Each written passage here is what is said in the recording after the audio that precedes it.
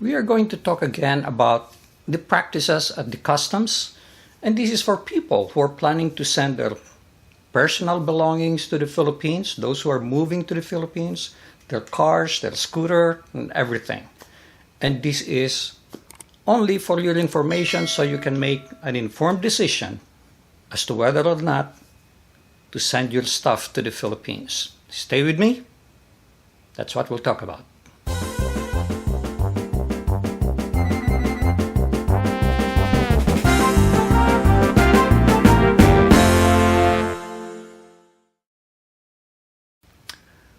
Another viewer sent me this email, and he requested that I not disclose his name for fear of reprisal. Therefore, we have to respect that.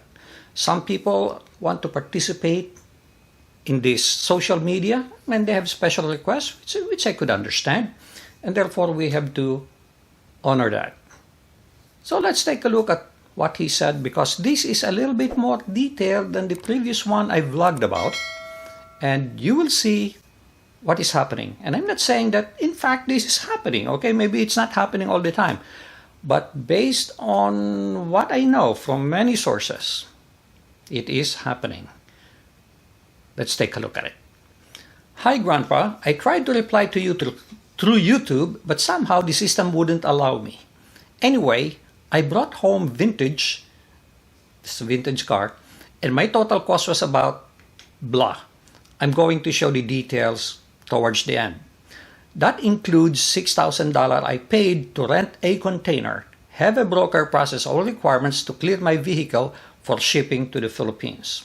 $6,000. Once the car arrived in the Philippines, I paid 1 million peso grease money through my broker, and around 290,000 in taxes only. So the so-called grease money does not get paid to the customs people. It gets paid to the broker.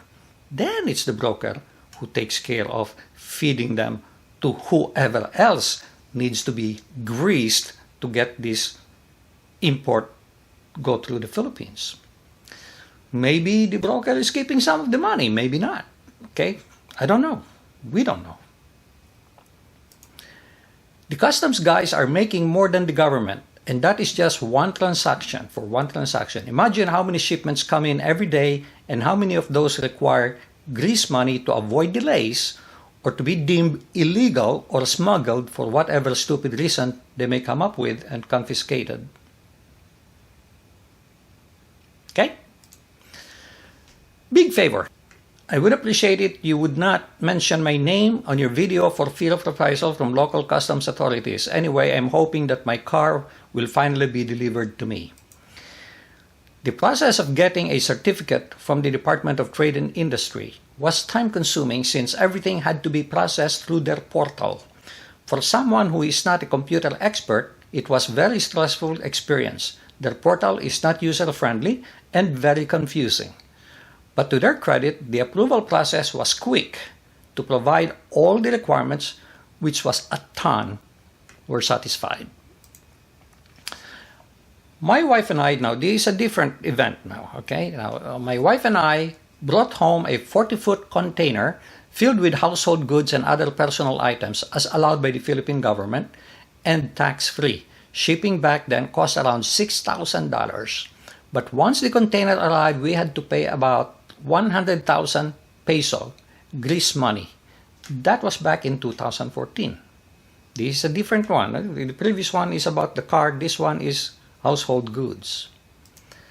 First, we weren't agreeable to the grease money the customs official was charging us, but once he told us that things could get more difficult and delayed, they scare you.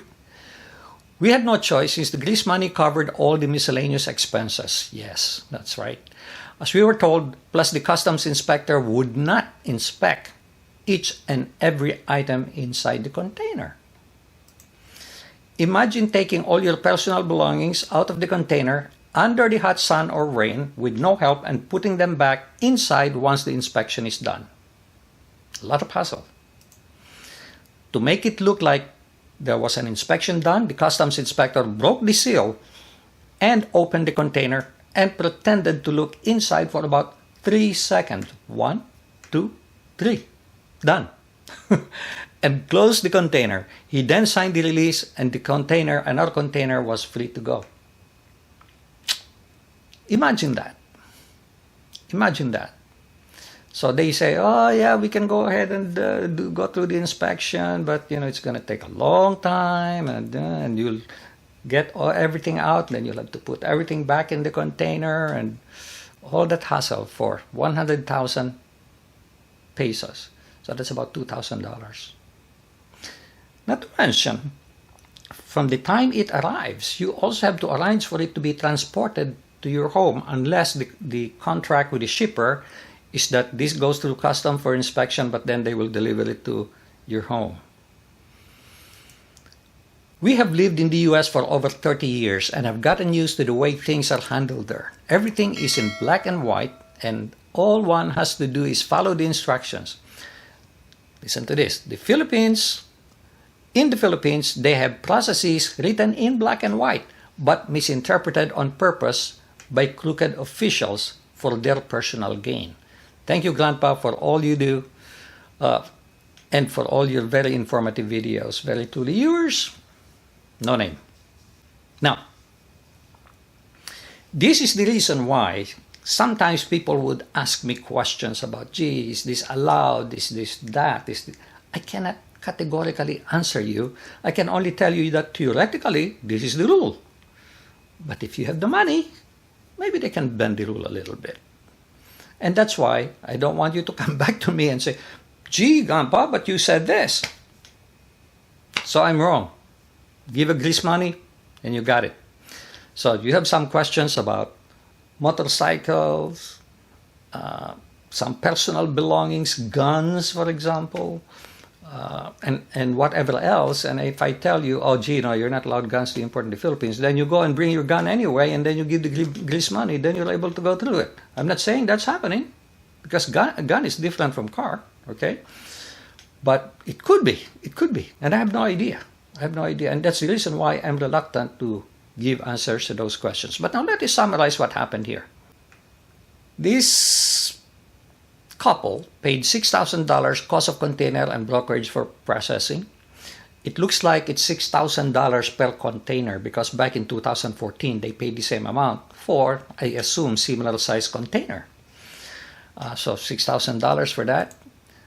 $20,000, that's a 1 million grease money paid through the broker. Now I just converted to 50 to 1, okay, just to simplify the calculation. So $20,000 in grease money. And then in taxes, they paid 5,800. That's 290,000 pesos. Total, 31,800. Now, if it were you, would you be willing to fork out 31,800 or whatever amount, thereabouts, to bring your car in? Some of you might, because this is like a vintage car again, just like before.